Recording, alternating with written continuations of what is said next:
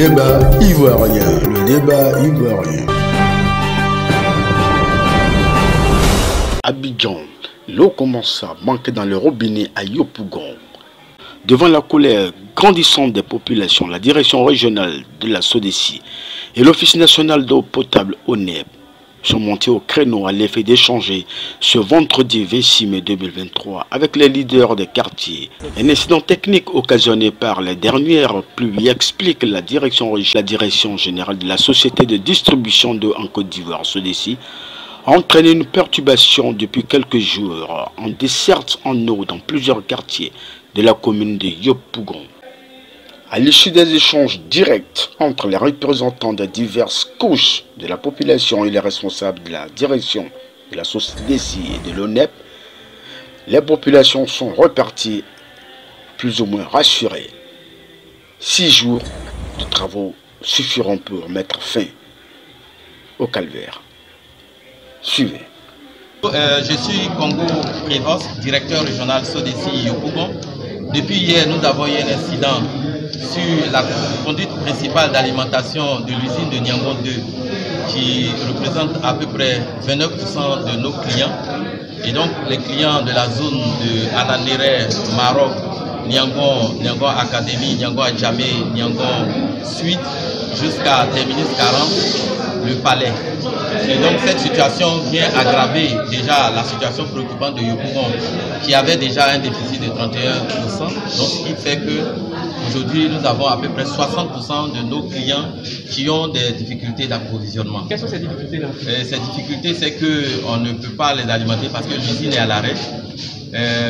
Nos investigations ont montré que des difficultés pour la sécurisation du chantier pour que nous puissions intervenir dans les délais habituels sont fortement impactés. Donc ce qui fait que le temps de finir les travaux, de faire la mise en eau pour que les populations retrouvent de l'eau dans l'ordre normal, on devrait avoir à peu près 6 jours. Et donc pour cela, des dispositions ont été prises, notamment d'augmenter le nombre de camions citernes qui distribuent l'eau dans les différents quartiers, pour qu'on puisse assez rapidement finir et que les populations dans l'attente puissent déjà s'approvisionner et pouvoir s'alimenter. Monsieur Bourgoin Mondouel, directeur maintenant sur SODECI. Ce qu'il faut dire concernant cet incident-là,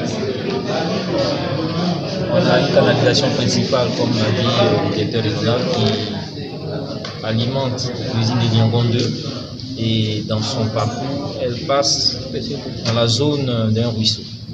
Et c'est une zone quand même, je dirais, un peu difficile.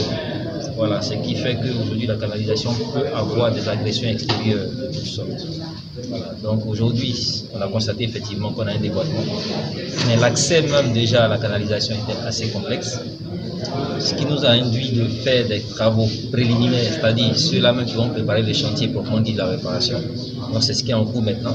On a des informations en temps réel qui nous montrent que ça avance vraiment très bien. Et donc juste après ces travaux, nous on va attaquer effectivement la réparation proprement dit. À quand ça finit? On a donné un délai quand même de, disons, de 6 jours, mais tout est mis en œuvre. Les équipes sont là-bas 24 heures sur 24 avec la surveillance, tout et tout. Les camions citernes continueront leur rotation jusqu'à ce que tout le monde, tous ceux qui avaient l'eau auparavant, puissent en avoir. Voilà. En hydraulique, vous savez, il y a 2 façons de donner de l'eau aux gens. On peut donner par suppression, c'est-à-dire on pousse l'eau avec les machines pour aller vers la clientèle. Dans ces cas-là, on consomme de l'énergie. Donc quand ce n'est pas nécessaire d'un projet, on ne le fait pas. Donc l'eau vient dans vos ménages sous l'effet de son poids. C'est le cas de Yopougon aujourd'hui, comme il a expliqué. Alors quand c'est comme ça, il faut effectivement qu'on ait de la charge depuis l'usine, c'est-à-dire qu'on ait assez d'eau pour que ceux qui sont le plus loin possible puissent avoir de la pression à leur robinet. C'est ce qui fait qu'on constate souvent que quand l'eau commence à venir, ça vient juste un peu et après ça commence à s'améliorer.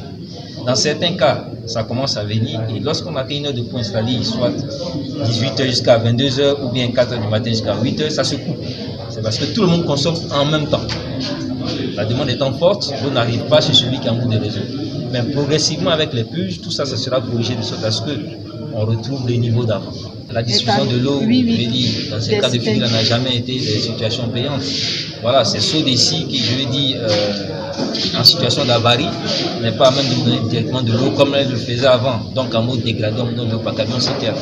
Mais le cas est dans lequel nous sommes actuellement, je veux dire, c'est une zone assez grande de Yopougon. Donc, comme il a expliqué, en plus des camions qui existaient, qui géraient les déficits structurels, on va en rajouter d'autres.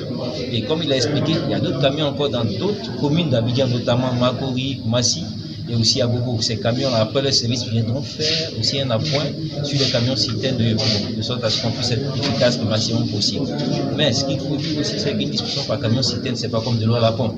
Voilà, donc il peut avoir quand même des petits désagréments, mais sur les sites, il fera l'effort nécessaire pour qu'on minimise quand même les difficultés des populations. Effectivement, il y a un délai puisque le 4 mai dernier, le ministre est venu annoncer un certain nombre de mesures, des travaux qui sont en train d'être faits.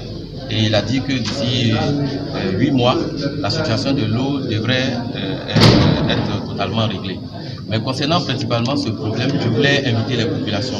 Parce qu'en général, quand les populations manquent d'eau, certaines personnes vont pour casser les canalisations qui sont apparentes du fait de l'érosion pour essayer de prendre de l'eau.